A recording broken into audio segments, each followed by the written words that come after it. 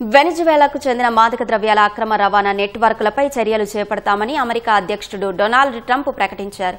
అతి త్వరలో వెనిజువేలా భూభాగంలో ఆపరేషన్లు చేపడతామన్నారు.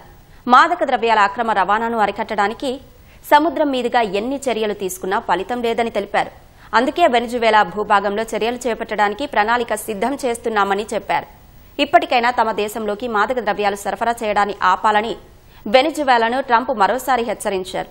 ఇప్పటికే కరేబియన్ సముద్రంలో అమెరికా భారీగా బలగాలు, యుద్ధ నౌకలు, జలంతర్గాములు, అత్యాధునిక ఫైటర్ జెట్లను మోహరించింది. డ్రగ్స్ సరఫరా చేస్తున్నారన్న సమాచారంతో పలుమార్లు నౌకలపై దాడులు చేసింది. తాజాగా ట్రంప్ చేసిన ప్రకటనతో ఏ క్షణమైనా అగ్రరాజ్యం వెనిజువేలా భూభాగంపై దాడి చేసే అవకాశం ఉంది. వెనిజువేలా ముఠాల నుంచి మాదక ద్రవ్యాలు అమెరికాను ముంచెత్తుతున్నాయని ట్రంప్ చాలా కాలంగా చెబుతున్నారు. డ్రగ్స్ ముఠాలతో వెనిజువేలా అధ్యక్షుడు నికోలస్ మదురోకు కూడా సంబంధాలున్నాయని ఆరోపణలు చేశారు.